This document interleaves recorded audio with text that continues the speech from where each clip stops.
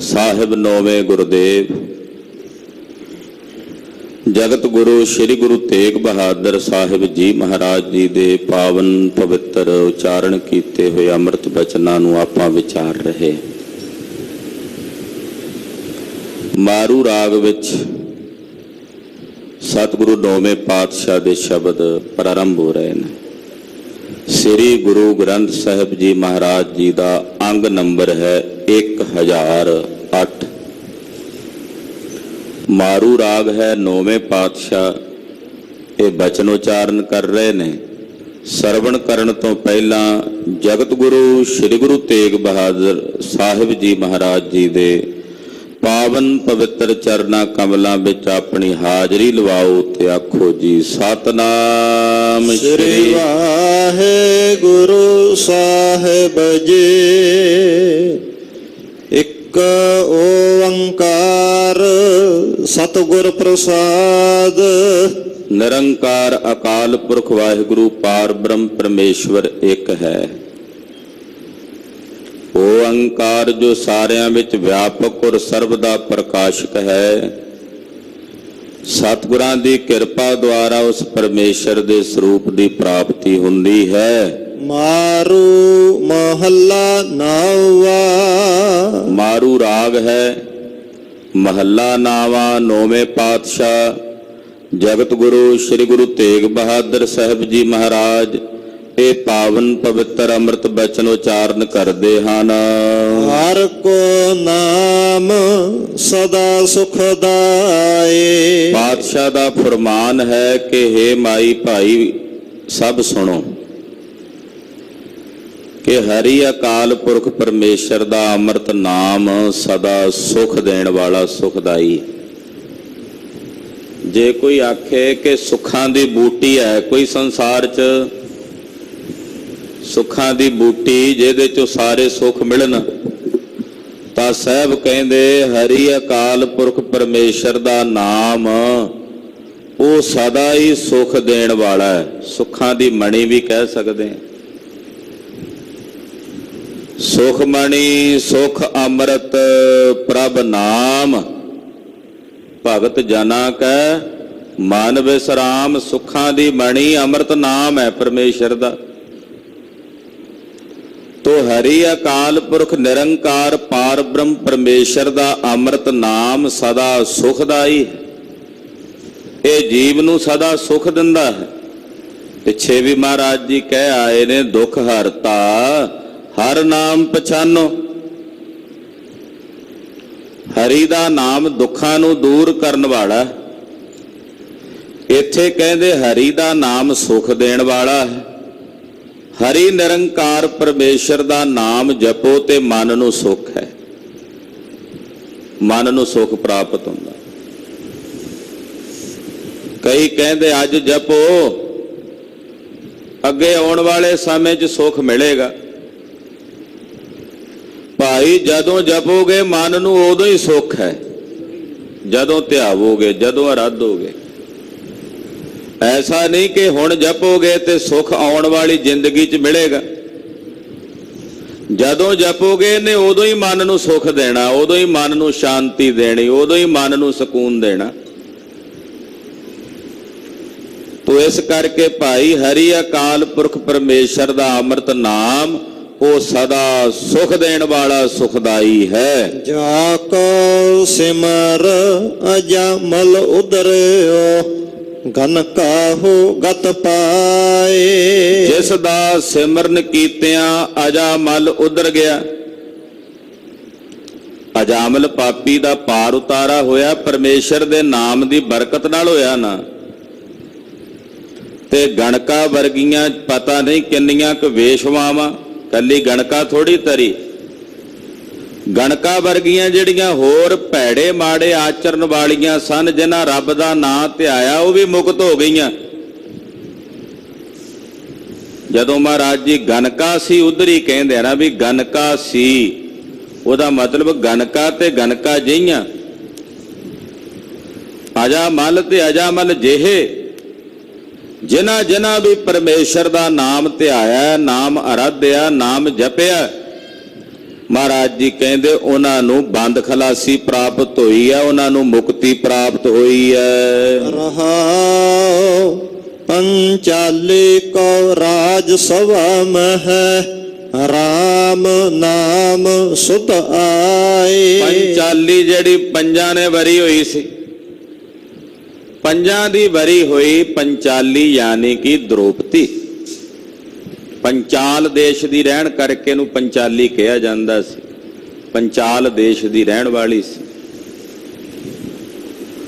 ਤੋ ਪੰਚਾਲੀ ਨੂੰ, ਦ੍ਰੋਪਦੀ ਨੂੰ ਜਿਸ ਵੇਲੇ ਪਾਂਡਵ ਹਾਰ ਗਏ ਕੈਰਵਾਂ ਦੇ ਕੋਲ ਜੂਏ ਵਿੱਚ, ਤੇ ਦੁਰਯੋਧਨ ਨੇ ਆਪਣੀ ਕੀਤੀ ਹੋਈ ਬੇਇੱਜ਼ਤੀ ਦਾ ਬਦਲਾ ਲੈਣ ਲਈ ਹੁਕਮ ਕੀਤਾ, ਇਹਨੂੰ ਨਿਰਵਸਤਰ ਕਰੋ ਮੇਰੀ ਸਭਾ ਵਿੱਚ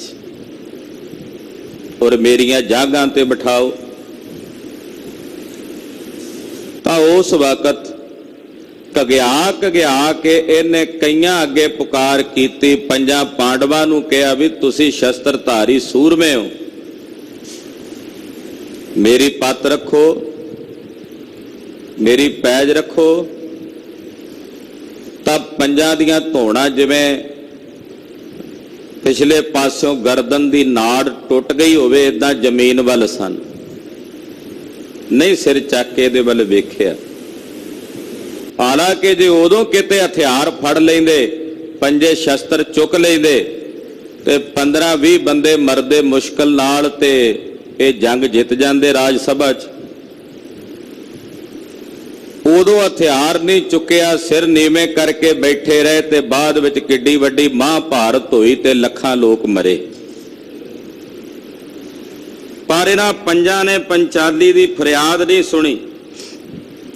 ਫਿਰ ਉਹ ਆਈ ਭੀਸ਼ਮ ਪਿਤਾਮੇ ਕੋਲ, ਆਪਣੇ ਦਾਦੇ ਸਹੁਰੇ ਕੋਲ, ਵੀ ਤੂੰ ਗੰਗਾ ਦਾ ਪੁੱਤਰ ਹੈ, ਗੰਗੇਵ ਪਿਤਾਮਾ ਤੈਨੂੰ ਕਿਹਾ ਜਾਂਦਾ, ਮੇਰੀ ਪੱਤ ਰੱਖ। ਉਹ ਵੀ ਚੁੱਪ। ਧ੍ਰਿਤਰਾਸ਼ਟਰ ਨੂੰ ਕਿਹਾ, ਉਹ ਵੀ ਨਹੀਂ ਕੁਝ ਬੋਲਿਆ। ਕੁਲ ਗੁਰੂ ਦ੍ਰੋਣਾਚਾਰੀਆ ਕੋਲ ਪੁਕਾਰ ਕੀਤੀ, ਉਹ ਵੀ ਨਹੀਂ ਕੁਝ ਬੋਲਿਆ। ਅਖੀਰ ਨੂੰ ਭਾਈ ਗੁਰਦਾਸ ਜੀ ਲਿਖਦੇ, ਹਾ ਕ੍ਰਿਸ਼ਨ ਕਰੇ ਬਿਲ ਲਾਂਦੀ, ਵਿਰਲਾਪ ਕੀਤਾ, ਭਗਵਾਨ ਜੀ ਮੇਰੀ ਪੱਤ ਰੱਖੋ। ਜਦੋਂ ਪਰਮੇਸ਼ਰ ਦੀ ਆਰਾਧਨਾ ਕੀਤੀ ਤੇ ਪ੍ਰਮਾਤਮਾ ਨੇ, ਭਗਵਾਨ ਨੇ ਦ੍ਰੋਪਦੀ ਵਾਸਤੇ ਕੱਪੜਿਆਂ ਦੇ, ਵਸਤਰਾਂ ਦੇ ਅੰਬਾਰ ਉਸਾਰ ਦਿੱਤੇ ਔਰ ਇਹਦੀ ਪੱਤ ਰੱਖ ਲਈ। ਗੁਰਦੇਵ ਉਹ ਪ੍ਰਮਾਣ ਦੇ ਰਹੇ ਨੇ ਸ੍ਰੀ ਗੁਰੂ ਗ੍ਰੰਥ ਸਾਹਿਬ ਵਿੱਚ, 9ਵੇਂ ਪਾਤਸ਼ਾਹ ਭੱਟਾਂ ਨੇ ਵੀ ਇਹ ਪ੍ਰਮਾਣ ਦਿੱਤਾ। ਹੁਣ ਦ੍ਰੋਪਦੀ ਲਾਜ ਰੱਖੀ ਹਰ ਪ੍ਰਭ ਜੀ, ਛੀਨਤ ਬਸਤਰ ਦੀਨ ਬਹੁ ਸਾਜ, ਅਬ ਰੱਖੋ ਦਾਸ ਪਾਟ ਕੀ ਲਾਜ। ਇੱਥੇ ਸਾਹਿਬ ਗਰੀਬ ਨਵਾਜ ਪਾਤਸ਼ਾਹ ਕਹਿੰਦੇ ਵੀ ਪੰਚਾਲੀ ਨੂੰ, ਪੰਚਾਲੀ ਕੋ ਰਾਜ ਸਭਾ ਮੈਂ ਰਾਮ ਨਾਮ ਸੁਧ ਆਈ। ਜਦੋਂ ਸਾਰੇ ਦਰਾਂ ਮੂਹਰੇ ਪੁਕਾਰ ਕੀਤੀ, ਵੇਖਿਆ ਕੋਈ ਨਹੀਂ ਬਾਹ ਫੜਨ ਵਾਲਾ, ਤੇ ਫਿਰ ਇਹਨੂੰ ਰਾਮ ਨਾਮ ਦੀ ਸੁਧ ਆਈ। ਇਹਨੂੰ ਪਰਮੇਸ਼ਰ ਦਾ ਧਿਆਨ ਆਇਆ ਕਿ ਹੁਣ ਤਾਂ ਬਸ ਇੱਕ ਪਰਮਾਤਮਾ ਹੀ ਹੈ ਜਿਹੜਾ ਰੱਖ ਲਵੇ, ਪਰਮੇਸ਼ਰ ਹੀ ਹੈ ਜਿਹੜਾ ਰੱਖ ਲਵੇ। ਹਾਂਜੀ। ਤਾਕੋ ਦੁਖ ਹਰਿਓ ਕਰੁਣਾ ਮੈਂ ਆਪਣੇ ਪੈਜ ਬੜਾਏ। ਕਰੁਣਾਮਈ, ਕਰੁਣਾਮਈ ਦਾ ਮਤਲਬ ਕਰੁਣਾਮਈ ਵਾਹਿਗੁਰੂ ਪਰਮੇਸ਼ਰ ਨੇ ਕਹਿੰਦੇ ਇੱਕ ਛਿਨ ਵਿੱਚ ਪੰਚਾਲੀ ਦਾ ਦੁੱਖ ਹਰ ਲਿਆ, ਉਹਦਾ ਦੁੱਖ ਦੂਰ ਕਰ ਦਿੱਤਾ ਔਰ ਆਪਣੀ ਪੈਜ ਨੂੰ ਹੀ ਵਧਾਇਆ।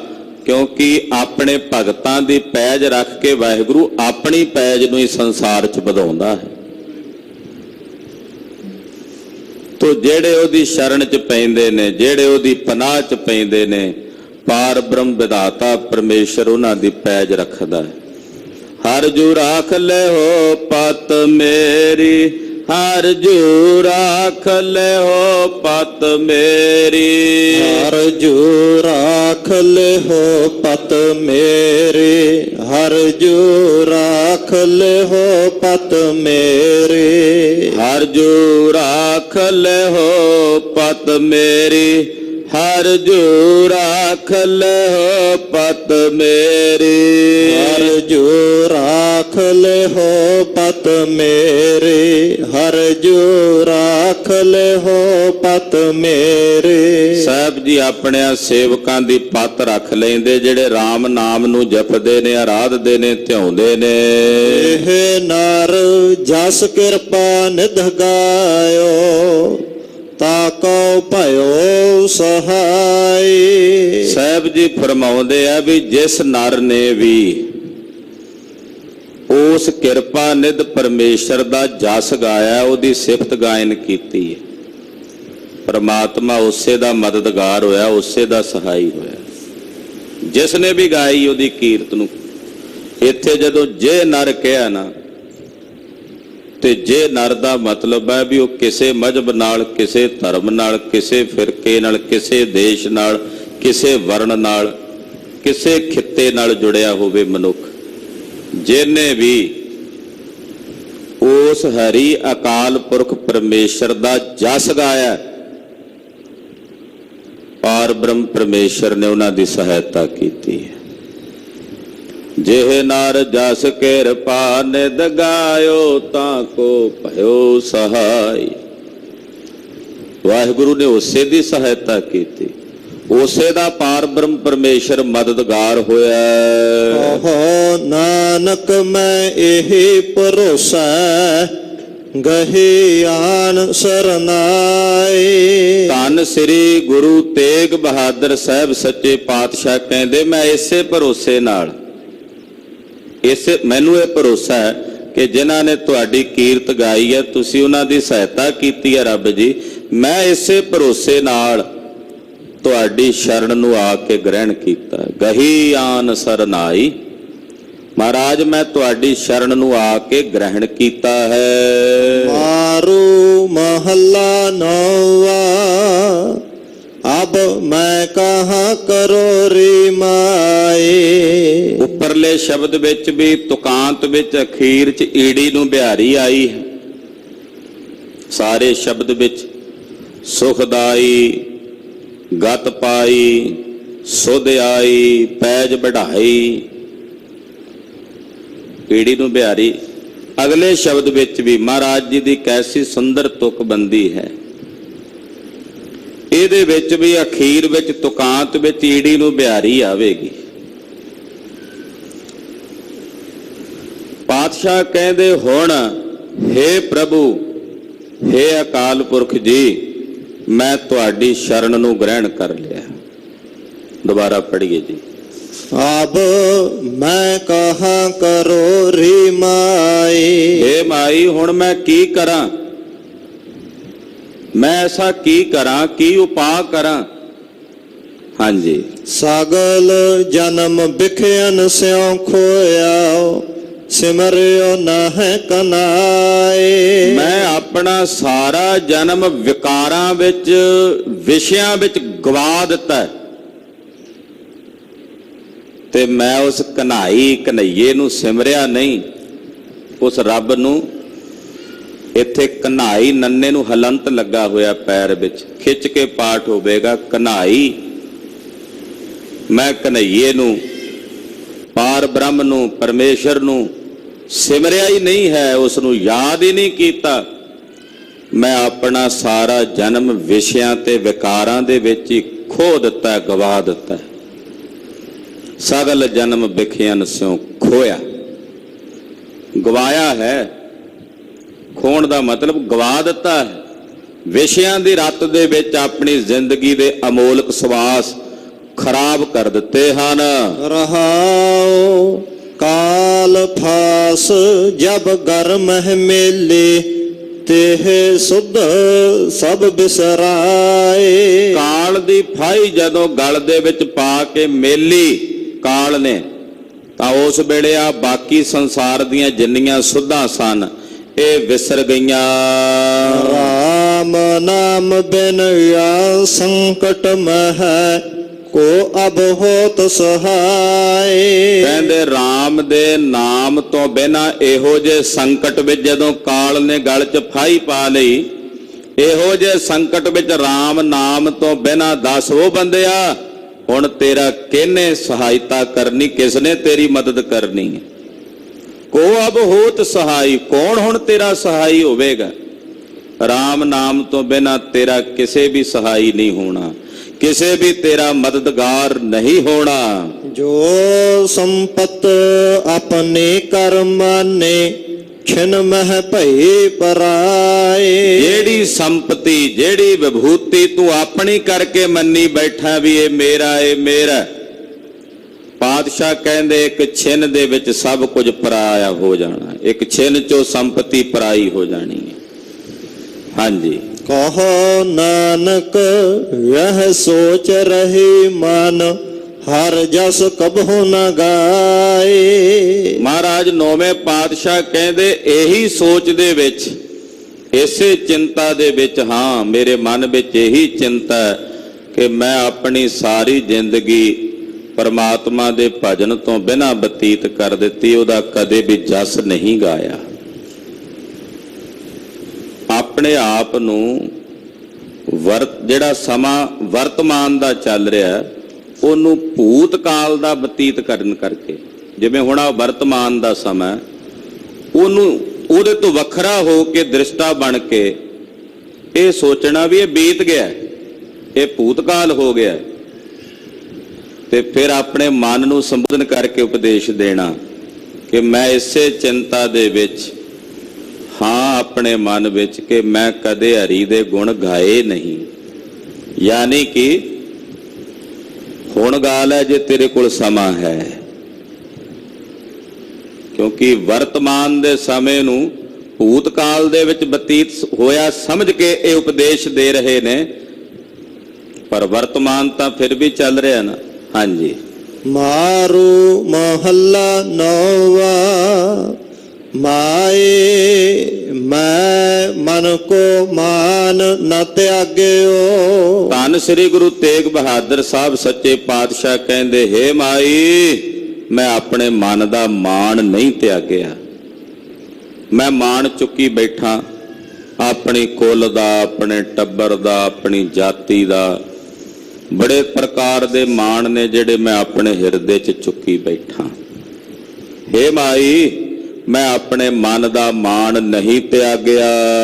ਮਾਇਆ ਕੇ ਮਦ ਜਨਮ ਸਿਰਾਇਓ ਰਾਮ ਭਜਨ ਨਹੀਂ ਲਾਗਿਓ। ਮਾਇਆ ਦੇ ਹੰਕਾਰ ਦੇ ਵਿੱਚ, ਨਸ਼ੇ ਵਿੱਚ ਲੱਗਿਆ ਮੈਂ ਆਪਣਾ ਸਾਰਾ ਜਨਮ ਬਤੀਤ ਕਰ ਦਿੱਤਾ ਔਰ ਆਪਣੇ ਇਸ ਮਨ ਨੂੰ ਪਰਮੇਸ਼ਰ ਦੇ ਭਜਨ ਵਿੱਚ ਨਹੀਂ ਲਾਇਆ, ਰਾਮ ਦੇ ਭਜਨ ਵਿੱਚ ਮੈਂ ਨਹੀਂ ਲੱਗਾ। ਰਹਾਉ ਜਮ ਕੋ ਡੰਡ ਪਰਿਓ ਸਿਰ ਉਪਰ ਤਬ ਸੋਵਤ ਤੈ ਜਾਗਿਓ। ਕਹਿੰਦੇ ਜਦੋਂ ਜੰਮਾਂ ਦਾ ਡੰਡਾ ਲੱਗਾ ਨਾ ਸਿਰ ਉੱਤੇ, ਫਿਰ ਇੱਕਦਮ ਸੁੱਤਾ ਪਿਆ ਜਾਗਿਆ। ਉਹ ਮੈਂ ਆਪਣੀ ਸਾਰੀ ਜ਼ਿੰਦਗੀ ਜਾਈ ਗਵਾ ਦਿੱਤੀ। ਜਦੋਂ ਜੰਮ ਦਾ ਡੰਡਾ ਸਿਰ ਦੇ ਉੱਤੇ ਪਿਆ ਫਿਰ ਇਹ ਸੁੱਤਾ ਪਿਆ ਜਾਗਿਆ। ਹਾਂਜੀ, ਕਹਾ ਹੋਤ ਅਬ ਕੈ ਪੁਛਤਾਏ ਛੂਟਤ ਨਾਹਿਨ ਭਾਗਿਓ। ਕਹਿੰਦੇ ਹੁਣ ਜਾਗੇ ਦਾ ਕੀ ਫਾਇਦਾ,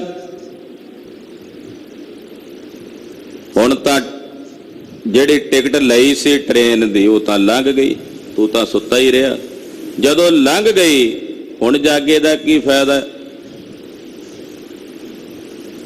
ਕਹਿੰਦੇ ਇਸੇ ਤਰ੍ਹਾਂ ਜਦੋਂ ਇਹ ਜਨਮ ਬੀਤ ਗਿਆ, ਜੰਮ ਦਾ ਡੰਡਾ ਸਿਰ 'ਚ ਲੱਗਾ ਤੇ ਜਾਗਿਆ, ਕਹਿੰਦੇ ਹੁਣ ਪਛਤਾਏ ਦਾ ਕੀ ਫਾਇਦਾ। ਛੂਟਤ ਨਾਹਿਨ ਭਾਗਿਓ, ਹੁਣ ਤਾਂ ਭੱਜ ਕੇ ਛੁੱਟ ਵੀ ਨਹੀਂ ਸਕਦਾ, ਬਚ ਵੀ ਨਹੀਂ ਸਕਦਾ, ਜੰਮਾਂ ਦੇ ਉਸ ਡੰਡੇ ਤੋਂ ਨਹੀਂ ਬਚ ਸਕਦਾ। ਹਾਂਜੀ, ਇਹ ਚਿੰਤਾ ਉਪਜੀ ਘਟ ਮਹਿ ਜਬ ਗੁਰ ਚਰਨਨ ਅਨਰਾਗਿਓ। ਕਹਿੰਦੇ ਜਦੋਂ ਮੇਰੇ ਮਨ 'ਚ ਇਸ ਗੱਲ ਦੀ ਚਿੰਤਾ ਹੋਈ ਵੀ ਮੇਰੀ ਜ਼ਿੰਦਗੀ ਏਦਾਂ ਜਾਈ ਜਾ ਰਹੀ ਹੈ, ਤਾਂ ਕਹਿੰਦੇ ਮੇਰਾ ਮਨ ਫਿਰ ਗੁਰੂ ਦੇ ਚਰਨਾਂ ਦੇ ਅਨੁਰਾਗ ਵਿੱਚ ਰੰਗਿਆ ਗਿਆ।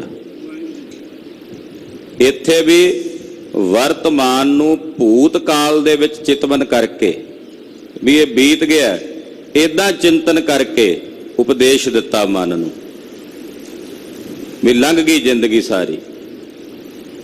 ਫਿਰ ਵਰਤਮਾਨ ਨੂੰ ਸੰਭਾਲ ਲਿਆ। ਕਹਿੰਦੇ ਜਦੋਂ ਇਸ ਚਿੰਤਾ ਵਿੱਚ ਮੇਰੇ ਹਿਰਦੇ ਵਿੱਚ ਇੱਕਦਮ ਇਹ ਚਿੰਤਾ ਹੋਈ ਕਿ ਮੇਰਾ ਜੀਵਨ ਲੰਘ ਚੱਲਿਆ ਸਾਰਾ ਜਾਈ, ਤਾਂ ਕਹਿੰਦੇ ਮੇਰੇ ਗੁਰੂ ਦੇ ਚਰਨਾਂ ਨਾਲ ਮੇਰਾ ਮਨ ਲੱਗ ਗਿਆ, ਗੁਰੂ ਚਰਨਾਂ ਦੇ ਅਨੁਰਾਗ ਵਿੱਚ, ਪ੍ਰੇਮ ਵਿੱਚ ਰੰਗਿਆ ਗਿਆ। ਸੁਫਲ ਜਨਮ ਨਾਨਕ ਤਬ ਹੁਆ, ਜੋ ਪ੍ਰਭ ਜਸ ਮਹਿ ਪਾਗਿਓ। ਕਹਿੰਦੇ ਇਹ ਜਨਮ ਉਸੇ ਵੇਲੇ ਸਫਲ ਹੋ ਗਿਆ, ਉਸੇ ਵਕਤ ਹੀ ਜਦੋਂ ਮੇਰੇ ਸਾਹਿਬ ਦੇ ਪ੍ਰਭੂ ਦੇ ਜਸ ਵਿੱਚ, ਧੰਨ ਗੁਰੂ ਤੇਗ ਬਹਾਦਰ ਸਾਹਿਬ ਕਹਿੰਦੇ ਆ, ਇਹ ਮਨ ਲੱਗ ਗਿਆ। ਉਸੇ ਵੇਲੇ ਫਿਰ ਇਹ ਜਨਮ ਸਫਲ ਹੋ ਗਿਆ। ਸਫਲ ਸਫਲ ਸਫਲ ਭਈ ਯਾਤਰਾ, ਫਿਰ ਜ਼ਿੰਦਗੀ ਸਫਲ ਹੋ ਗਈ। ਉਹਨਾਂ ਦਾ ਇਸ ਮਾਤ ਲੋਕ ਦੀ ਧਰਤੀ ਤੇ ਆਉਣਾ ਪ੍ਰਵਾਨ ਹੋ ਗਿਆ। ਰਾਗ ਮਾਰੂ ਦੇ ਉਚਾਰਨ ਕੀਤੇ ਹੋਏ 9ਵੇਂ ਪਾਤਸ਼ਾਹ ਦੇ ਪਾਵਨ ਸ਼ਬਦ ਸੰਪੰਨ ਹੋਏ ਨੇ। ਗੁਰੂ ਕੀ ਬਾਣੀ ਅਗਾਧ ਬੋਧ ਹੈ, ਵਿਚਾਰਾਂ ਕਰਦਿਆਂ ਹੋਈਆਂ ਭੁੱਲਾਂ ਚੁੱਕਾਂ ਦੀ ਖਿਮਾ। ਵਾਹਿਗੁਰੂ ਵਾਹਿਗੁਰੂ ਵਾਹਿਗੁਰੂ ਵਾਹਿਗੁਰੂ।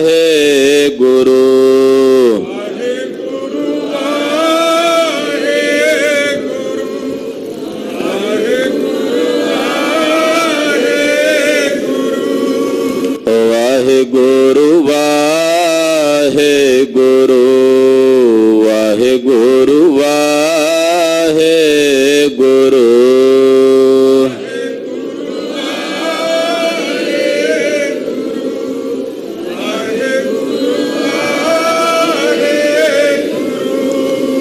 ਵਾਹਿਗੁਰੂ ਵਾਹਿਗੁਰੂ ਵਾਹਿਗੁਰੂ ਵਾਹਿਗੁਰੂ।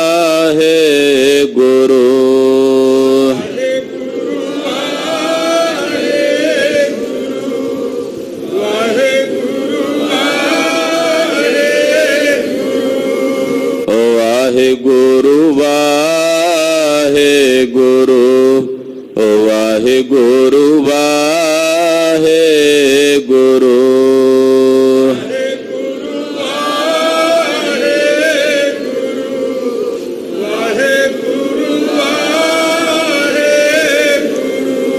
ਵਾਹਿਗੁਰੂ ਜੀ ਕਾ ਖਾਲਸਾ, ਵਾਹਿਗੁਰੂ ਜੀ ਕੀ ਫਤਿਹ।